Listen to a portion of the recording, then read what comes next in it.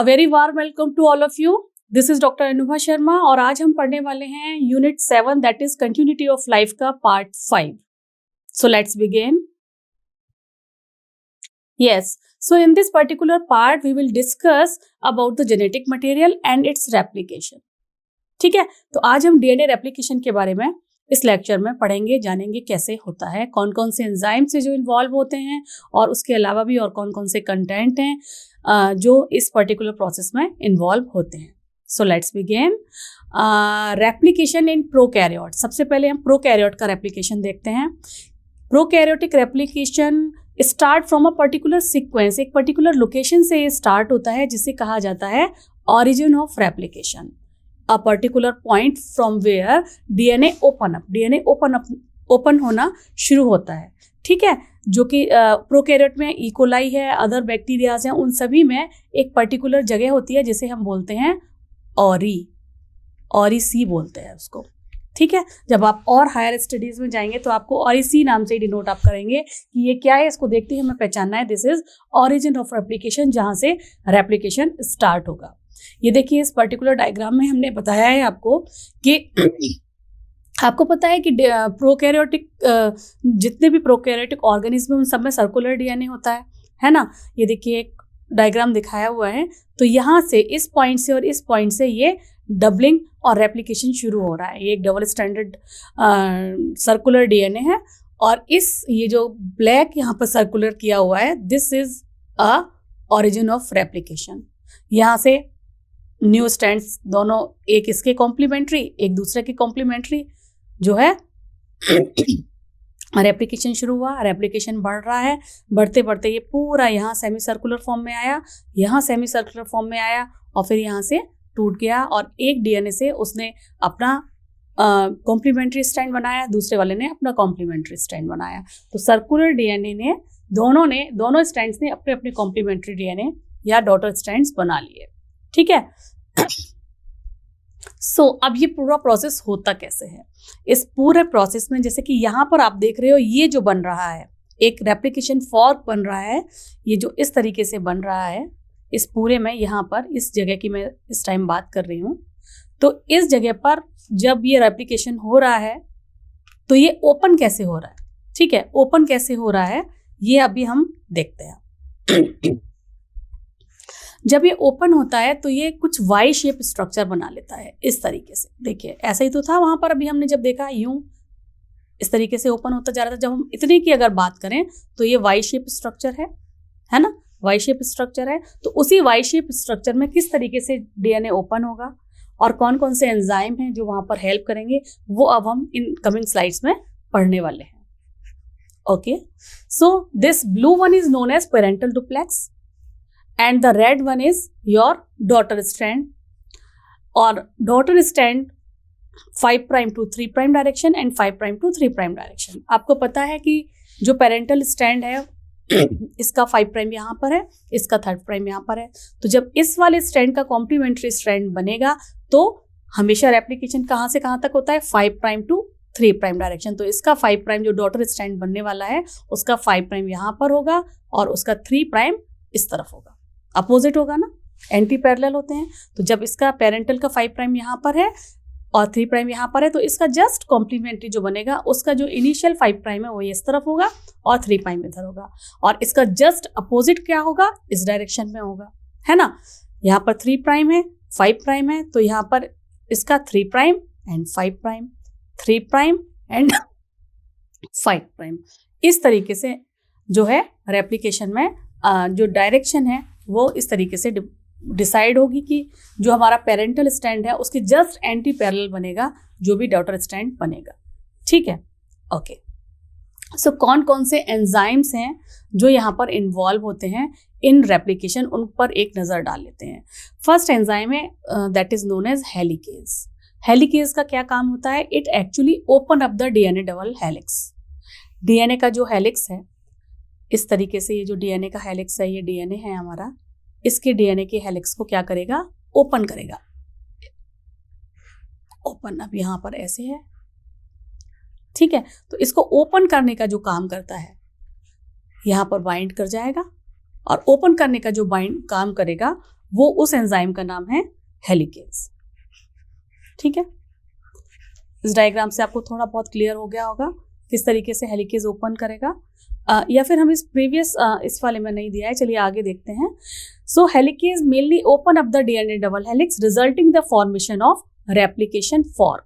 Replication fork कौन बनाता है? Fork. Helicase enzyme is responsible for the formation of replication fork, and then another certain kind of proteins are also involved in this particular process that is known as single stranded binding protein.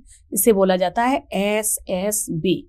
ठीक है, single stranded binding protein bind to the single stranded DNA near the replication fork to keep fork open. अब जब दोनों stand अलग हो गए हैं, उनके बीच के हाइड्रोजन बॉन्ड टूट गए हैं, तो उनको सिंगल स्टैंडर्ड फॉर्म में रखना है कि नहीं? तो ये जो स्ट्रक्चर है, इस स्ट्रक्चर को मेंटेन करने के लिए सिंगल स्टैंडर्ड फॉर्म में दोनों कॉम्प्लीमेंट्री स्ट्रैंड बने रहे हैं। यहाँ पर आके कुछ प्रोटीन्स बाइंड हो जाती हैं, इधर आके भी कुछ प्रोटीन्स बाइंड हो जाती हैं, उनको बोला जाता है सिंगल स्टैंडर्ड बाइंडिंग प्रोटीन और SSB protein. Certain other enzymes like primase is mainly responsible for the synthesis of RNA primer to initiate the synthesis by DNA polymerase. RNA primer को बनाने के लिए प्राइमेज एंजाइम होता है, वो RNA primer बनाता है। आरएनए प्राइमर सबसे पहले जाके कॉम्प्लीमेंट्री जो बनाना है वहां पर जाके बाइंड करेगा, उससे फिर लगातार न्यूक्लियोटाइड अटैच होते जाते हैं, और वो अटैच करने के लिए जो एंजाइम रेस्पॉन्सिबल है that is DNA dependent DNA polymerase, ये वाला। ठीक है, लेकिन प्राइमर को बनाने के लिए, आरएनए प्राइमर को बनाने के लिए जो एंजाइम लगेगा दैट इज प्राइमेज। ठीक है, primase is for RNA primer which can और डीएनए पॉलीमरेज क्या करेगा? ये ऐड करेगा nucleotides in the direction of 5 prime to 3 prime direction. Sorry. Now the mechanism of and the enzymes. अब देखिए, ये फॉर्क बन गया, ये जो मैं अभी आपको बता रही थी, एक जिप मान लीजिए आप, चेन लगी होती है जैकेट्स में एंड ऑल, तो ये जिप है, इस जिप को खोला जा रहा है। ये वाला टोपोआइसोमरेज तो बंद कर देगा, लेकिन अगर हम इस जिप को दोनों को अलग कर रहे हैं इस तरीके से, ये है तो इसको अगर हमें अलग करना है, अलग करने के लिए जब हम जिप को अलग करेंगे, या अगर हमारे टेलीफोन का अगर टेलीफोन का कोई तार है इस तरीके से, टेलीफोन जो पुराने ज़माने में टेलीफोन्स चलते थे, लैंडलाइन, उसका इसी तरीके से वायर होता था ना। अब अगर या फिर कोई spring, you can say spring के दोनों पार्ट्स को अगर हमें खोलना है, तो जब हम खोलेंगे तो नीचे की तरफ स्प्रिंग टाइट होती जाएगी।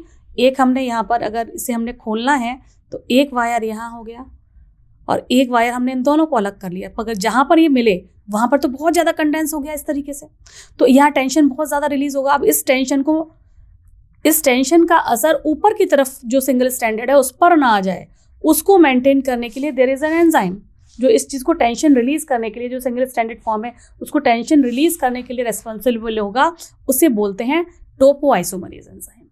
ठीक है, तो टोपोआइसोमरेज क्या करता है? इसको वहाँ से पकड़ के रखता है कि जो आगे कार्यवाही हो रही है डीएनए रेप्लिकेशन की, उसमें जो एंजाइम्स हैं, तो उसको सिंगल स्टैंडर्ड चाहिए ना फॉर्म, उसको वो मेंटेन रहे, पीछे का जो टेंशन है वो वहाँ पर उसको बाइंड करके रखेगा कि टेंशन रिलीज हो जाए और इसको मैं दोबारा से कॉइल्ड फॉर्म में ना कन्वर्ट होने दूँ। वो काम के लिए, अनबाइंडिंग के लिए टोपोआइसोमरेज एंजाइम रेस्पॉन्सिबल है। अब सिंगल स्टैंडर्ड फॉर्म को कौन मेंटेन करेगा कि वो भाई खुल गया, अनबाइंडेड रहे, उसको ये जो ग्रीन में दिखाया गया है हेलिकेज एंजाइम, ये यहाँ पर उसको मेंटेन करता है। इसके बाद जब मेंटेन करता है, यहाँ पर आके कुछ एसएसबी प्रोटीन्स जाके बाइंड हो जाती हैं, ये ग्रे में लगाई हुई हैं, और यहाँ पर देखिए यहाँ भी ग्रे में लगाई हुई हैं एसएसबी प्रोटीन्स, ये सिंगल स्टैंडर्ड फॉर्म को बाइंड करके रखती हैं। और फिर सिंथेसिस से पहले प्राइमर लगना ज़रूरी है, और प्राइमर होता है आरएनए प्राइमर, है ना, आरएनए प्राइमर। तो ये आरएनए प्राइमर की सिंथेसिस भी होनी चाहिए। उस आरएनए प्राइमर की सिंथेसिस के लिए there is an enzyme known as primase, वो यहाँ पर आके अटैच हो जाता है और फिर आरएनए प्राइमर यहाँ पर लग जाता है। ठीक है, अब रेप्लिकेशन फॉर्क किस डायरेक्शन में बढ़ रही है? यहाँ से बढ़ रही है, नीचे की तरफ बढ़ रही है, बढ़ती जाएगी, खुलती जाएगी, खुलती जाएगी, खुलती जाएगी, तो इस डायरेक्शन में बढ़ रही है। ठीक है, तो जब अगर हम इस डायग्राम को देखेंगे तो इस डायरेक्शन में बढ़ रही है। तो जब इस डायरेक्शन में बढ़ रही है तो इसी डायरेक्शन में जो है आपका एक लीडिंग स्ट्रैंड डेवलप होगा और दूसरा लेगिंग स्ट्रैंड छोटे छोटे छोटे छोटे opposite the replication fork direction में डेवलप होना शुरू होता है। वो कैसे रेप्लिकेशन करता है वो हम आगे आने वाली स्लाइड्स में देखते हैं। यहाँ पर आपको इन सारे एंजाइम्स के काम जितने भी फंक्शन है वो आई होप क्लियर हो गए हैं। Function of topoisomerase, function of helicase, about the single stranded binding protein and primase, इन चारों का फंक्शन आपको क्लियर हो गया है। Okay, so one single stranded is synthesize continuously, एक जो है वो कंटिन्यूअस लगातार सिंथेसाइज होता रहेगा और उसको बोला जाएगा लीडिंग स्ट्रैंड्स। और किस डायरेक्शन में, जैसा कि मैंने आपको बताया, इन the direction of replication fork. जिस डायरेक्शन में रेप्लिकेशन फॉर्क बढ़ता जाएगा उसी डायरेक्शन में लीडिंग स्ट्रैंड अपनी सिंथेसिस करता जाएगा। और जबकि अपोजिट स्ट्रैंड में क्या होगा, जो दूसरा अपोजिट स्ट्रैंड है वहां पर छोटे छोटे स्ट्रैंड बनेंगे और जिन्हें बोला जाएगा लैगिंग स्ट्रैंड्स या ओकाजाकी फ्रेगमेंट्स। ठीक है, ये शॉर्ट स्ट्रेच ऑफ डीएनए होते हैं और इनकी डायरेक्शन क्या होती है, इनकी डायरेक्शन होती है just away from the replication fork. ये रेप्लिकेशन फॉर्क के जस्ट अपोजिट दूर होते जाते हैं। ठीक है, तो ये दोनों पॉइंट्स आपको याद रखने हैं। And this strand is also known as lagging strands. Once replication is complete, the RNA primer are replaced by DNA nucleotides। जैसे ही replication complete हो जाता है, RNA primer तो initiate करने के लिए आया था, है ना, उसने इनिशिएट किया और फिर जब उसका काम खत्म हो गया तो उसको हटना होगा, उसको हटा दिया जाता है और उसकी जगह पर जो डीएनए न्यूक्लियोटाइड्स हैं वो वहां पर लग जाते हैं। पर इस काम को करता कौन है, इस काम को करने के लिए भी एक एंजाइम चाहिए और उस एंजाइम का नाम होता है डीएनए लाइगेज। ठीक है, ये आपको याद रखना है। जो डीएनए लाइगेज है ये एक्चुअली फॉस्फोडाइएस्टर बॉन्ड क्रिएट करता है between the 3 prime OH and 5 prime phosphate group of the another strand. देखिए ये कैसे करता है, ये डबल स्ट्रैंडेड डीएनए आपको दिखाया हुआ है। अगर इसका इतना पार्ट हम लोग देखें तो हम देखेंगे एक ये 5 प्राइम एंड है और ये 3 प्राइम एंड है। आपको हमेशा याद रखना चाहिए कि 3 प्राइम एंड का OH हमेशा फ्री रहता है और इस पर प्रोबेबिलिटी रहती है नेक्स्ट न्यूक्लियोटाइड के लगने की, क्योंकि यहाँ पर बॉन्डिंग ये बना लेगा। जबकि 5 प्राइम एंड पर कोई भी OH नहीं है, बॉन्डिंग के लिए जगह ही नहीं है, तो यहाँ पर नहीं बन पाएगा। इसीलिए जो रेप्लिकेशन वो होता है हमेशा 5 प्राइम टू 3 प्राइम डायरेक्शन में होता है, क्योंकि 3 प्राइम पर हमेशा एक OH फ्री रहता है अगले के साथ बाइंड करने के लिए। ठीक है, ये दिस इज द रीजन, जब ये फ्री रहता है तो अगले के साथ बाइंडिंग हो पाएगी। 5 प्राइम एंड पर कुछ भी फ्री नहीं है। देखिए यहाँ पर फॉस्फोरस ग्रुप ऑलवेज लगा हुआ है, यहाँ पर OH ग्रुप फ्री है, इसका हाइड्रोजन हटेगा और ये अगले फॉस्फोरस ग्रुप के साथ बाइंडिंग करके फॉस्फोडाइएस्टर बॉन्ड बना देगा। तो आपको पता है बहुत अच्छे से कि न्यूक्लियोटाइड क्या होता है। Nucleotide contain a base, in this we can say thymine, red in colour, a sugar, deoxyribose sugar and a phosphate group. इस पूरे को मिला के न्यूक्लियोटाइड कहते हैं। तो ये रहा एक न्यूक्लियोटाइड, ये रहा दूसरा न्यूक्लियोटाइड, ये रहा तीसरा न्यूक्लियोटाइड। अब इसमें अगर आप देखें तो इस पूरे न्यूक्लियोटाइड में cytosine, sugar and phosphorus group, ठीक है, ये न्यूक्लियोटाइड है और यहाँ पर साइटोसिन है तो ये ग्वानिन के साथ बाइंडिंग कर रहा है और इन दोनों के बीच में ट्रिपल हाइड्रोजन बॉन्ड होते हैं जैसा कि शो किया हुआ है। ये आपको पहले भी पता है, जेनेटिक्स में जब हम शुरू में पढ़ाते हैं न्यूक्लियोटाइड क्या होते हैं, न्यूक्लियोसाइड क्या होते हैं, तब हमने ये देखा था कि एडिनोन एंड थाइमिन के बीच में डबल बॉन्ड, चारगाफ रूल जब आपने देखा था, एंड साइटोसिन एंड ग्वानिसिन के बीच में ट्रिपल हाइड्रोजन बॉन्ड प्रेजेंट होते हैं। ठीक है, तो ये इस तरीके से इस तरफ बढ़ रहा है और इसका जो अपोजिट स्ट्रैंड है, यानी कि ये डबल स्ट्रैंडेड है ना, ये रहा फर्स्ट स्ट्रैंड, ये रहा दूसरा स्ट्रैंड, तो जो अपोजिट स्ट्रैंड है उसकी ग्रोथ किस डायरेक्शन में होगी। यहाँ पर देखिए, यहाँ पर कोई बॉन्ड नहीं है, फॉस्फोरस ग्रुप है, इसका मतलब क्या हुआ, ये इसका 5 प्राइम एंड हो गया और यहाँ पर OH फ्री है, इसका मतलब ये क्या हुआ, ये इसका 3 प्राइम एंड। ठीक है, तो फ्री 3 प्राइम बॉन्ड पे यानी कि इसकी ग्रोथ इस डायरेक्शन में होगी क्योंकि यहाँ पर बॉन्डिंग हो पाएगी और इस वाले की ग्रोथ इस डायरेक्शन में होगी। तो इस तरीके से ये अपोजिट डायरेक्शन में बढ़ते रहते हैं। तो एक तो जिसकी तरफ OH होता है वो लीडिंग स्ट्रैंड होता है और जो दूसरा होता है जो फॉर्क की तरफ बढ़ता रहता है, जो दूसरा है वहाँ छोटे छोटे स्ट्रैंड्स बनते हैं क्योंकि ऑलवेज हर बार उसको फ्री OH तो मिल नहीं पाएगा, तो वहाँ पर उसको दोबारा से RNA प्राइमर लगाना होता है अपनी आगे की छोटे फ्रेगमेंट को बनाने के लिए। चलिए, सो अब 1 बाय 1 हम सारे स्टेप्स क्लियर करते जाते हैं कि फर्स्ट स्टेप में क्या होगा। फर्स्ट स्टेप में unbinding of DNA occur with the help of helicase enzyme। ठीक है, with the help of helicase enzyme unwinding occur and unwind part of DNA helix stabilized by single stranded binding protein। ये DNA helicase ने unwinding की और इसको stabilise किया जा रहा है with the help of single stranded binding protein which prevent DNA molecule from closing।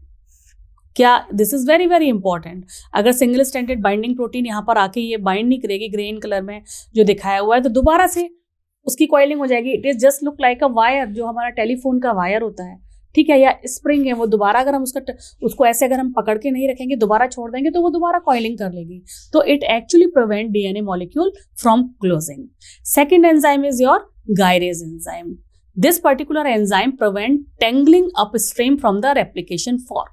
ये जो गायरेज है या टोपोआइसोमरेज 1 है, ये टेंगलिंग, वही कॉइलिंग, उसको ऊपर की तरफ यानी कि रेप्लिकेशन फॉर्क की तरफ, ये अगर ये इस तरीके से कॉइलिंग है, अगर ये पकड़ के नहीं रखेगा तो यहाँ पर भी दोबारा कॉइलिंग होती चली जाएगी और ये बंद हो जाएगा, है ना। तो वो नीचे से पकड़ के रखता है कि ये कॉइलिंग जो है, टेंगलिंग नहीं होनी चाहिए, उसका टेंशन रिलीज करने का काम करता है। जितने में भी रेप्लिकेशन का काम चल रहा है, जितने भी एंजाइम वहाँ पर आके काम कर रहे हैं रेप्लिकेशन के लिए, सिंगल स्टैंडर्ड बाइंडिंग प्रोटीन उसको सिंगल स्टैंडर्ड फॉर्म में कन्वर्ट कर रही है, हेलिकेज एंजाइम अनवाइंड कर रहा है, प्राइमेज एंजाइम आ रहा है प्राइमर लगाने के लिए, प्राइमर लग जाएगा, उसके बाद पॉलीमर डीएनए पॉलीमरेज 3 आएगा न्यूक्लियोटाइड्स को ऐड करने के लिए, है ना। सो this is about the first step. What about the second step? Second step में क्या होगा?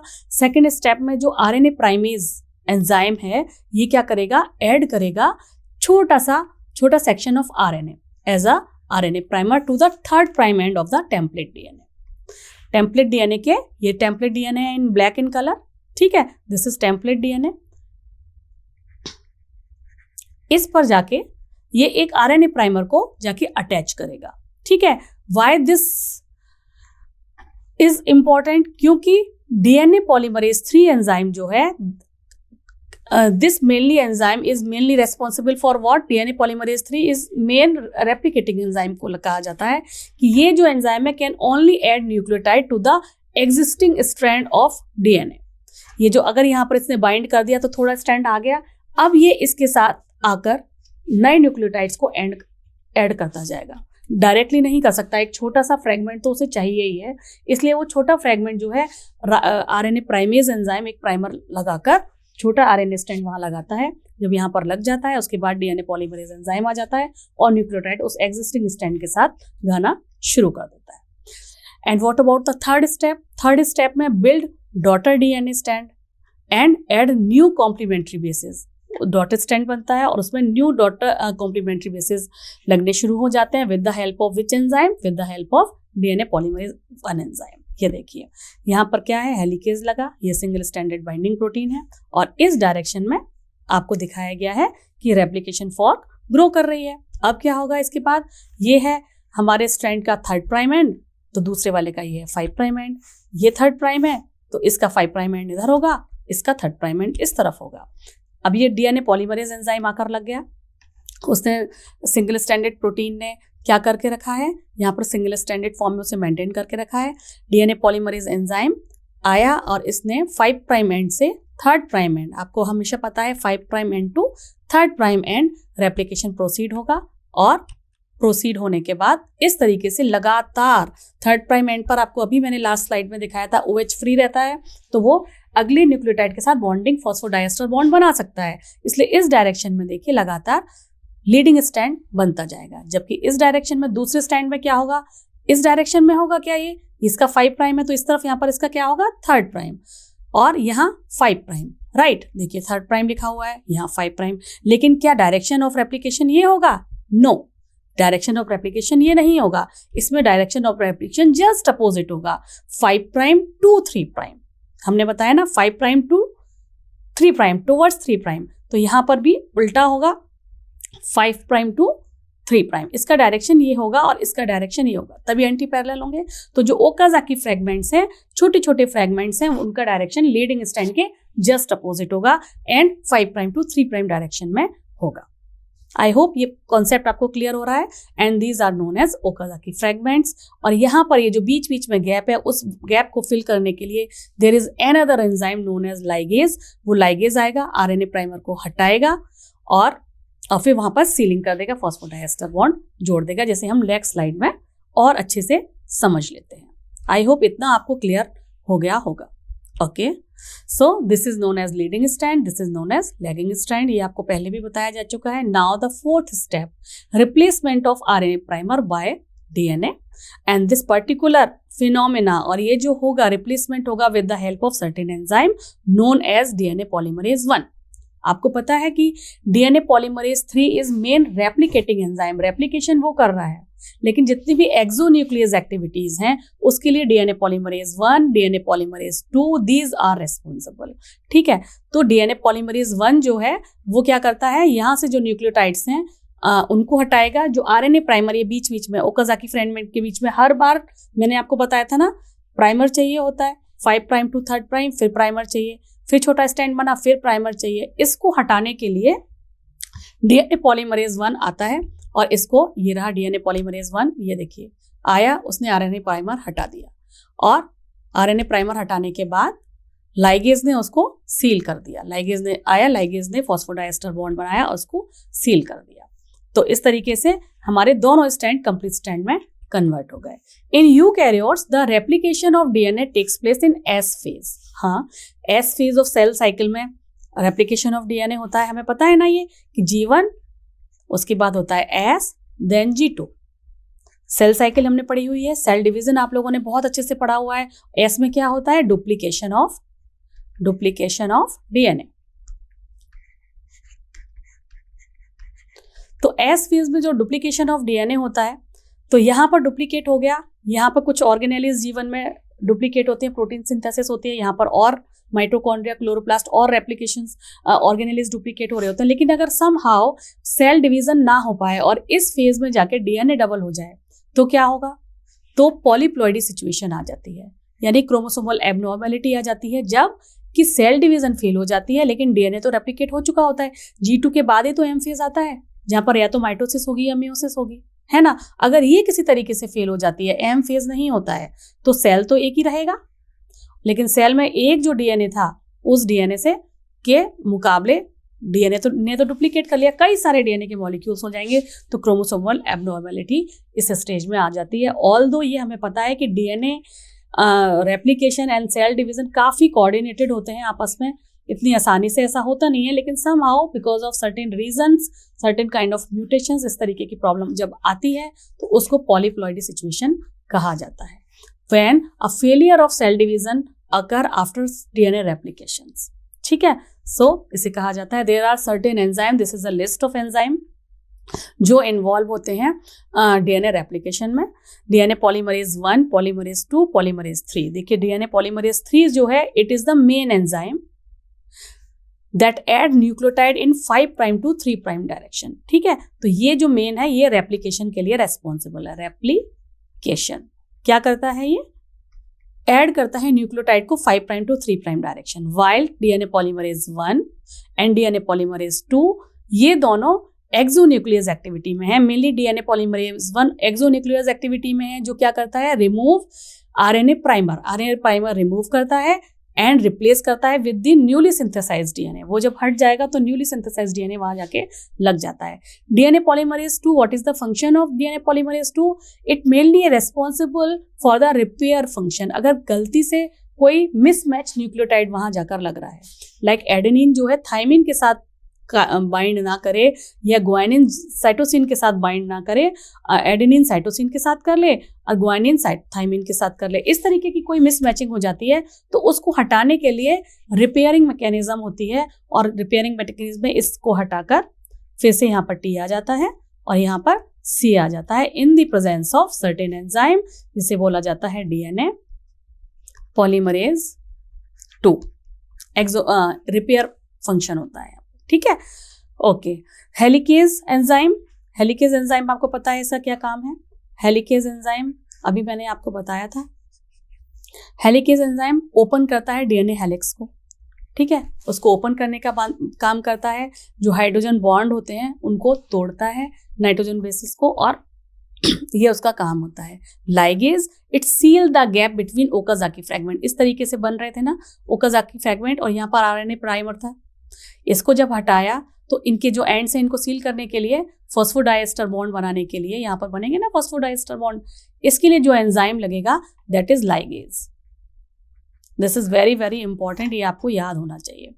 Another one is primase. Synthesis of RNA primer occur with the help of primase enzyme, जिससे कि प्राइमेज एंजाइम नहीं होगा, प्राइमर नहीं बनेगा तो सिंथेसिस ही नहीं होगी, क्योंकि डीएनए पॉलीमरेज को पहले से लगे हुए न्यूक्लियोटाइड्स चाहिए और वो प्राइमेज एंजाइम की हेल्प से ही आरएनए प्राइमर वहां पर लगा पाएगा। Sliding clamp, it actually hold the DNA polymerase in its place where nucleotide are being added। जहां पर भी उसको सीधा पकड़ के रखेगा, जहां न्यूक्लियोटाइड ऐड होने हैं वहां पर उसको सीधा पकड़ के रखता है, होल्ड करके रखता है। Help to hold DNA polymerase, जहां पर न्यूक्लियोटाइड्स ऐड होने होते हैं। एंड अनदर एंजाइम टोपोआइसोमरेज और गायरेज भी इसको कहते हैं। तो ये क्या करता है, ये टेंशन रिलीज करता है, हेल्प टू रिलीज और relieve the stress on DNA when unbinding by causing breaks and then resealing the DNA.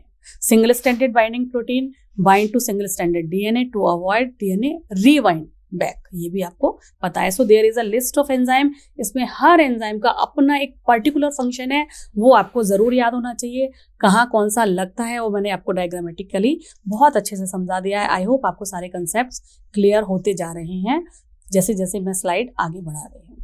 Okay, DNA replication in eukaryotes. तो अभी तक जो हमने बात की that is about the prokaryotes, ठीक है। बैक्टीरियाज के केस में क्या हो रहा था वो हमने देखा। यूकैरियोट्स में मल्टीपल लोकेशन पर ओरिजिन ऑफ रेप्लिकेशन होता है, एक जगह नहीं कई जगहों पर रेप्लिकेशन एक साथ हो रहा होता है। हालांकि इसकी जो मैकेनिज्म है that is quite similar to the prokaryotes. The ends of the chromosome pose a problem as polymerase are unable to extend them without primer, ठीक है। तो क्रोमोसोम एंड पर there is an enzyme known as telomerase enzyme, वो ends को protect करके रखता है chromosomes के, ताकि जो एक्स्ट्रा अंदर के जो जीन्स हैं वो किसी भी तरीके से एक्सोन्यूक्लियस एक्टिविटी है या कोई इतने सारे एंजाइम्स काम कर रहे हैं, चॉपिंग ना हो जाए उनकी, तो उसको मेंटेन करने का जो काम है वो टोपोआइसोमरेज की हेल्प से होता है। This is an enzyme which with an inbuilt RNA template extend the end by copying RNA template and extending one end of the chromosomes. DNA polymerase can then extend to the DNA using a primer. In this way, the ends of chromosome are protected. इस तरीके से, otherwise अगर ये ends protect नहीं करेंगे तो chromosome का जो साइज है वो धीरे धीरे हर रेप्लिकेशन के बाद छोटा भी हो सकता है। तो उसको मेंटेन करने के लिए तो टीलोमरेजेस अपने टीलोमर्स को एंड्स को मेंटेन करने के लिए जो एंजाइम है टीलोमरेज वो बहुत काम आता है। और ये मेनली रेस्पॉन्सिबल होते हैं, टीलोमर्स हमारी एजिंग से भी रिलेटेड होते हैं। जितने लोगों में जितनी फास्ट एजिंग होती है उनके टीलोमर्स कम होते जाते हैं। कैंसरस सेल्स में भी इसका कुछ एग्जाम्पल्स हैं जो हम आगे जब वही वाला चैप्टर पढ़ेंगे डिफरेंट काइंड ऑफ डिजीजेस वाला और ये क्रोमोसोम्स वाला, तो उस टाइम में मैं आपको इसको डिटेल में डिस्कस करूंगी। Okay, now DNA replication in eukaryotes में जैसा कि मैंने आपको बताया कि मल्टीपल पॉइंट्स पर रेप्लिकेशन फॉर्क डेवलप हो रहते हैं। यहाँ पर स्टेम डायग्राम में देखिए, ट्रांसमिशन इलेक्ट्रॉन माइक्रोस्कोप का जो डायग्राम है, यहाँ पर बहुत सारी जगह पर आपको छोटे छोटे बीडेड स्ट्रक्चर्स दिखाई दे रहे हैं।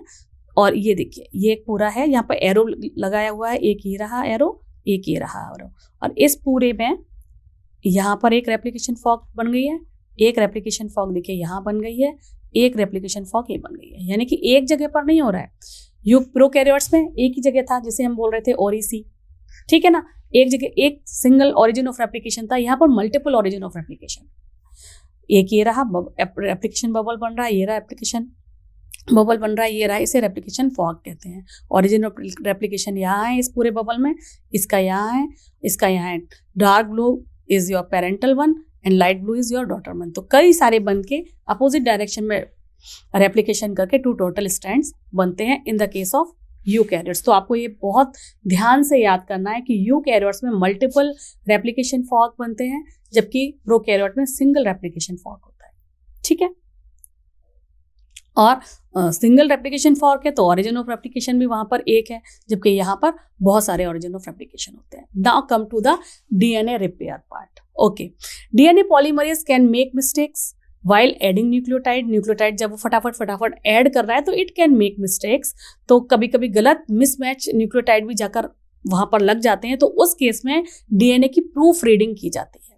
यानी कि 5 प्राइम टू 3 प्राइम तो सिंथेसिस हो रही है, और जो प्रूफ रीडिंग होगी तो वो अपोजिट डायरेक्शन में चलती है, 3 प्राइम टू 5 प्राइम भी चलती है एंड 5 प्राइम टू 3 प्राइम भी चलती है, दोनों डायरेक्शंस में होती है प्रूफ रीडिंग, ये देखने के लिए कि क्या कोई गलती से मिसमैचिंग न्यूक्लियोटाइड तो नहीं लग गया है। और प्रूफ रीडिंग के लिए देयर आर सर्टेन एंजाइम्स, मैंने आपको बताया RNA polymerase 1 DNA polymerase 1 and 2, ये दोनों रेस्पॉन्सिबल होते हैं for proof reading. Incorrect base are removed, जो इनकरेक्ट बेस होता है वो रिमूव किया जाता है and replace by the correct one. The most mistakes are corrected during replication, उसी टाइम पर ठीक हो जाती है। Although when this does not happen the mismatch repair mechanism is employed.